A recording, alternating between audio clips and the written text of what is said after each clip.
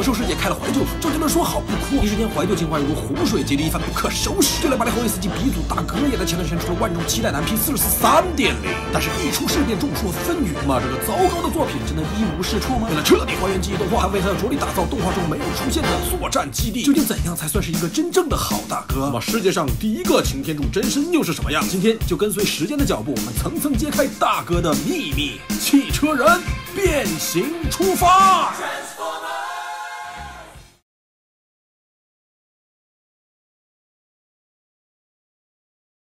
故事开始，首先我买了个 MP44。说实话，拿到之前我并没有像大家那样对这个玩具有多大的期待，但拿到之后忽然反应过来，这他妈是大哥呀！是自1984年来每次汤块重磅出品都会让我梦回童年的大哥呀！忽然间就有了初心，有了仪式感。那么封面上大哥在记忆动画中的标志性姿势，也预示着35周年的这款纪念 MP 是向记忆动画致敬。只是这个棒状物实在是瞩目，于是我拆开包装，忽然发现卧槽，主体居然是伪装形态，3个小人赫然其中。难道要知道汤块在34年里新出的版本几乎都是人形出盒啊？难道？哎，不管了，先拿出来把玩，打开说明书，这他妈是天书吧？这也太难了。一般这种情况呢，我就会使劲的玩一玩卡车啊，然后就放回去收藏了，再也不打开了。但是今天我们可是要层层揭开擎天柱的面纱的呀！于是我掏出了珍藏多年的 MP10。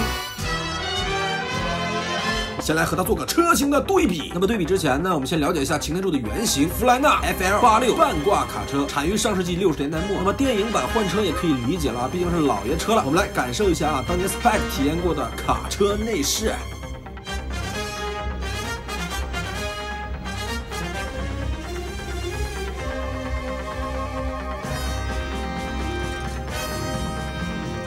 那么这辆车的 FLT 系列呢，也同样出现在了经典电影《终结者2》中，这样看来非常的凶猛啊，所以选他当大哥呢也就不奇怪了。但是他并不能作为衡量玩具是否还原的标准啊，因为本身记忆动画中的车型并不还原呢。由于变形的需求，动画中车头要比真实的 FL86 厚很多。那么究竟哪款大哥的伪装形态更接近记忆动画形象呢？我们可以明显看出车头的银色版花就是最大的差别。MP10有 ，MP44没有。那么这就好办了，我们打开动画见证奇迹。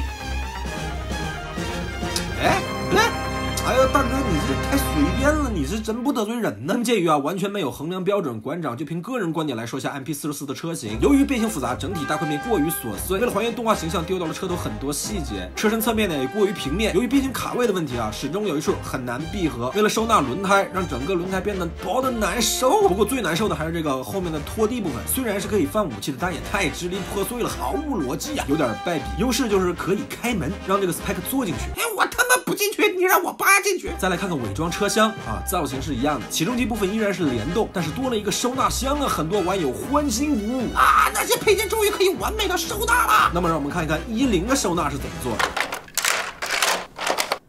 如果说车型 MP44有些许不尽人意，那一定是为了人形牺牲了很多。我们赶紧变形，叽叽咕嘎嘎。那变形的解读呢，很多大佬已经做得很详细了。馆长呢，还是推荐刘哥、涛哥的视频去细致的了解变形的步骤。馆长个人觉得呢，10的变形过程是相对适中的，44呢太多的双关节细小的卡位，大面积的薄片设计，虽然有一些很精巧，但馆长觉得有些为设计而设计的元素着实让这个馆长手疼让大哥掉漆，容错率呢是非常的低，甚至比36老威都要复杂。这个老威复杂我能理解，因为手枪变成人形确实繁琐。但是记忆擎天柱明明大体会变形是当初设计的经典，你非要像电影擎天柱那样碎片化，这也许是为了人形还原吧？这是鱼和熊掌。那么最终完成了人形，可以看出8年来最大的不同就是腿。同样是今年新出的元祖高达3.0，就比以往的元祖身材呢更高挑，缩短腹部让腿部比例更长。那么 MP 擎天柱3.0呢，同样也是小肚子大长腿，可以得出结论，新一代的年轻人呢对机甲系的审美发生了通性的改变。3.0是一个大长腿的时代呀，但是在轮胎的收纳上呢，确实 MP44做到了。其他身形方面呢，确实44更还原记忆动画，因为造型用色呢更简单纯粹，而10呢多少还是有些真实系的元素保留。但要说这个完全还原记忆动画又怎么可能？动画里几十个画手参与过记忆大哥的绘画，连动画都没有统一的标准，那么如何能还原呢？就好像这个大哥的背面无数网友吐槽 MP44的背包过大，但动画中大哥的背影也是多变，并没有明确的肯定的交代。这种张扬极致还原动画的做法呢，很难说是好是坏，因为动动画中的大哥呢是粗糙古拙的，造型审美情怀标准太多因素夹杂在里面，只能说因人而异了。这里啊，馆长唯一能够得出结论的就是他的出现呢，并没有像当年 MP10出现那样惊艳到我。从01到10，从10到44，都是时隔7、8年，而44的出现，唯一惊讶到我的就是这个价格。T 恤海表啊，你们好样的！馆长涉猎的玩具广度呢，敢说在 B 站是绝对一线的。那么这里我给大家一个大不敬的结论：2350块的价格绝对不值。这种针对记忆动画中老年情怀用户的定价行为啊，有一种在骗你养老金的感觉啊，有没有？我们中国人不傻，兄弟。最后看一下车厢基地，控台呢和以往所有的版本不同，变成了可变形组合的移动载具啊，增加了可玩性。小滚珠呢也较前作更为精细，依然可以用油管来武装起来。但是，一个还原记忆动画的作品，为何要着力刻画动画中没有的设定？为何要还原3个人偶驾驶基地的场景？今天我们让时光倒转，去探索一下这个惊天的秘密。究竟怎样才算一个好大哥？多数正常玩家会横向关注玩具本身，而不正常的玩家则会纵向用时间去衡量。就像馆长，最终我们拨开层层迷雾，看到真相，能成为平台玩具的大哥，可以算是公认的好大哥。怎么算是平台玩具呢？这里我们说的并不是指潮玩啊，就像 MP10能作为一个比例或系列的标杆，能再版出大量各种版本、各种限定、各种跨 IP 版本。虽然商家最终会消耗光它的口碑，让它成为我们口中的骗钱兽，但不能掩盖它出版的光辉。这大概就是出版收藏的光荣和价值吧。就让我们跟随时间的脚步，去探索属于记忆擎天柱的光辉。B 站是年轻人的社区，在 B 站无数的迷友啊是通过07真人电影开始爱上变形金刚，无数老的迷友呢也是通过电影再度找回激情。毕竟记忆动画的圣光之后，记忆迷经历了太长的暗淡。影院中，当擎天柱第一次在你面前变形，每个细节零件清清楚楚的在你面前运作，让变形真真切切的发生了。这一刻，影院里无数即将油腻的准大叔啊惊呼泪目，起立鼓掌。他们不是为大哥鼓掌，而是为自己的青春致敬。要知道，12年前大部分钢丝都还是记忆的怀旧迷友，所以电影的新造型呢还不能完全的满足他们。于是第2年经典系列记忆第一造型的擎天柱出现了。经典系列的出现，奠定了这10余年来孩之宝变形金刚玩具的主流走向，而 C01擎天柱就是鼻祖。那么我们话不多说，赶紧重温旧梦拆了这盒日版经典出版大哥。这个造型呢，由江岛多圭男为原型设计师，这在当年玩家诉求并不高的时代，还是比较还原记忆的。还记得当年馆长把玩的时候啊，非常厌恶手臂上的挂件呢。现在拿到手里，感觉上色用料比现在的各个经典系列要优秀很多啊。那么说到制作品质，当年经典系列也是分 TD 出品的日经和孩之宝出品的美经，虽然模具相同，但出品时间和用料工艺略有不同。在那个年代，日经更具有收藏价值了。还记得当年一套日经 AK 系列28人，第2年转手就可以3倍的价格卖出啊，真的是炒的有点夸张了。变形过程也相对简单，手感一流。后续呢，这款模具还再版了各种的异色版本，可以说是一代经典回忆的开始，也是馆长近代变形金刚的入坑之作。那么谁也无法停住时间的脚步。早在经典之前，我们来到了记忆暗淡的年代。千禧年之后的几年，记忆玩具早已褪色成了小众玩家的收藏品。新生代的记忆形象玩具呢，还没有市场需求。这就是变形金刚后起之秀 BW 猛兽侠的年代。但即便这样，记忆擎天柱大哥仍有一丝傲人的光辉在闪烁。2003年 MP 开山之作 MP01大哥诞生。可能呢，更多的中年钢丝当年把玩的呢，都是国产奥利的刀版，或者是有地台的欧版。那么我们今天就来看一下最早的日版大哥。相信很多老玩家至今依然觉得 MP01才是真正的大哥，因为这款玩具当年给我们的震撼实在是太大了，就像 HT 钢铁侠刚诞生一样，模糊了玩具与高档工艺品之间的概念。大面积的金属运用啊，十分的追手啊，让经历过记忆洗礼的我们血脉膨胀。虽然整体身形呢，现在看来已经略显武拙笨重，但在当年这是第一次让我们觉得大哥从动画里走了出来，而且还高于动画，全身各个关节的液压感让这个动画形象真实了起来。口罩的可动呢，还还原了大哥说话的状态，简直是栩栩如生啊！手部的变形处理呢，是我当时最喜欢的。那么手臂的通讯系统让大哥在没有4G 的年代，依然可以随时同爱人视频聊天。最让我震撼的还是还原了领导模块能源宝的设定。当年所有钢丝都记得这句“万众一心，照亮我们最黑暗的时刻”。横空出世的 MP01确实照亮了记忆最暗淡的时刻。之后，该载具又衍生了各种异色的版本和车厢版本，简直是里程碑式的存在啊，绝对有收藏价值。然而，从光出发的一刻起，谁也无法停止时间的脚步，如同大地历经沧海桑田，终于我们来到了400万年前，在遥远的 Cyberton 展开了一场激烈的决战。这场不幸的战争导致擎天柱领导的汽车人与威震天领导的霸天虎纷纷坠落在地球。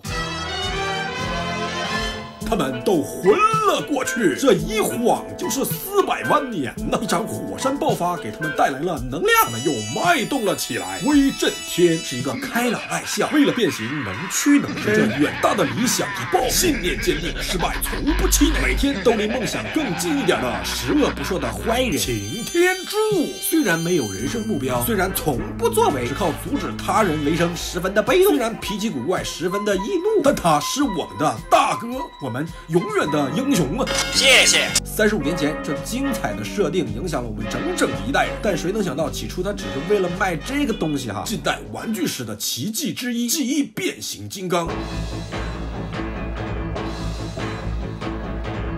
那么馆长这盒 TM 版金属出版应该是世界上最早的第一款擎天柱大哥了。扫个盲啊！记忆玩具按商标可以分为 TM 版和 R 版。TM 呢多为出版因为商标法中 TM 为申请认证中的商标。美版 TM 版记忆多有其他版本难有的金属部件，所以记忆收藏者中非常的推崇又紧俏的物件啊。我们先来欣赏一下包装。美版的记忆玩具呢是没有编号的，但你可以在 logo 的位置上看到变形金刚最初的 slogan 标 More than meets the eye。在07电影中呢还有致敬。There's a lot more than meets the eye.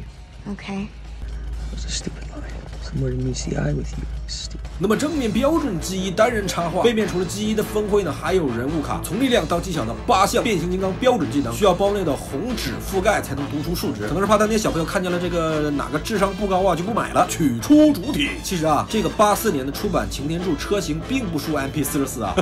由于当年的设计条件啊，人形往往离动画呢和设定相差的太远，所以记忆玩具啊几乎都是逼真的伪装形态，配合精彩的人物峰会摆在橱窗里来诱惑小朋友啊。我们儿时哪个又不是在橱窗前眼巴巴的流口水呀！记忆玩具呢，刚进入中国商场的时候，都是宣传玩变形金刚可以开发儿童智力啊。现在想想，我那么聪明伶俐，真的是要感谢大哥了。在众多记忆玩具中啊，馆长认为擎天柱、声波、感知器这3个伪装形态到人形的变形设计是最完美的。电镀的上色，胶皮的轮胎，金属的双脚和胸部啊，标准的人形比例，还原的头雕，如此的精致啊，给儿时的我们留下了深深的震撼。但80年代末又有几个人能够拥有呢？国产南海版的90多块钱的定价，父母工资的2倍啊，在当年就像银河之外的Cyberton星一样遥不可及。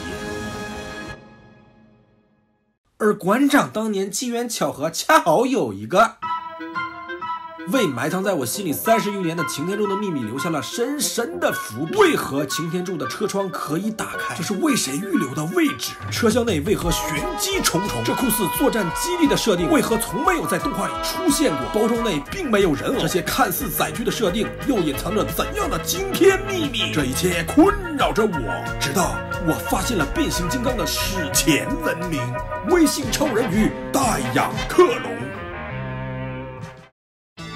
上世纪70年代，哈玩公司首度接触孩之宝，但并不是合作变形金刚啊，而是购买了 Combat Joe 的冰人版权，就是早期的 G.I. Joe 啊，现代冰人的始祖。然而，日本当时对于真实战争题材的玩具十分敏感，于是把冰人就改成了5颜6色的透明机器人。现在看来还很潮玩呢，但是谁能想到变形金刚的雏形就这样产生了？这他妈和变形金刚有什么关系？直到70年代末，微星小超人受石油危机影响缩小了尺寸，便有了大量的机械装甲、飞船等载具诞生，叫做戴亚克隆。戴亚克隆呢是 Diamond 和 Cyclone 的混合词，意思是坚固如钻石的风暴。这时变形的概念普及了起来，甚至还有组合机器人的出现。进入了80年代，微星和戴亚克隆2条玩具线合并，除了有给微星超人搭乘的载具，还有可以变形的智慧型机器人，同微星超人一同作战。直到1982年。1982是个牛逼的年份。1982出生了4样震惊世界的极品：拉菲的红酒、迈克尔·杰克逊的战力、牛逼的铜馆长和我们大哥最早的雏形卡罗猫移动基地。这款玩具的完整版本入手难度在馆长的收藏中绝对排得进前10啊！那么各位，献丑啦！这玩具呢，在当年就是标准的 Mecha Robot 系列，既有卫星超人，又有载具基地，还有变形生命体。岁月在这盒玩具上留下了深深的印记。但在包装上，我们依然可以看见大哥最初的设定，弥足的珍贵。那我们话不多说，眼见为实。这一刻，擎天柱的秘密即将揭晓。这是一款3合1玩具，3个人物是微星世界的超级英雄，他们分别是小蓝、小黄、小红。那么擎天柱的造型结构和记忆玩具完全一样，可以打开的车窗空间是提供微星超人进入的驾驶室，车厢部分也不是擎天柱的配件，而是微星超人的移动作战基地，正好3个工位。小滚珠也非擎天柱的伙伴，而是供微星超人乘坐的交通工具。而后，孩之宝在东京玩具展上发现了达雅克隆，才将他的众多系列混合在了一起，去掉了微星超人的概念，变成了变形金刚。后面的故事大家都知道了。那么这款微星移动基地也随着变形金刚的大热，慢慢消失在了历史的长河之中。直到今天，他仍然是记忆神话中最成功的大哥。历时35年，仍然有再版出现，依旧热卖。这35年中，无数的版本及跨界合作诞生，依然没有将这款经典的玩具耗光价值和口碑。那么，谁才是最好的大哥，已经不重要了。大哥是时代造就，只有时间才能证明一切。我们也无需过多的指责 MP44，因为变的是我们，是时代。那么大哥的秘密揭开了，但是直到这一刻，我改变了看法。我们的老朋友壮壮啊，曾做过节目嘉宾，玩变形金刚一路陪伴的最亲密的好友。他呢为实现梦想辞去了工作，现在呢正在经营一家蛋糕店。当他听说我这期啊要做擎天柱的特辑，他推掉了所有的订单，用了半个月的时间啊，让我拥有了世界上唯一的一款擎天柱蛋糕。蛋糕吗？这个是？对，这能吃的。这个能碰吗？能碰，这是翻糖蛋糕。现在我已经拥有了世界上唯一的一个擎天柱了，这是唯一的。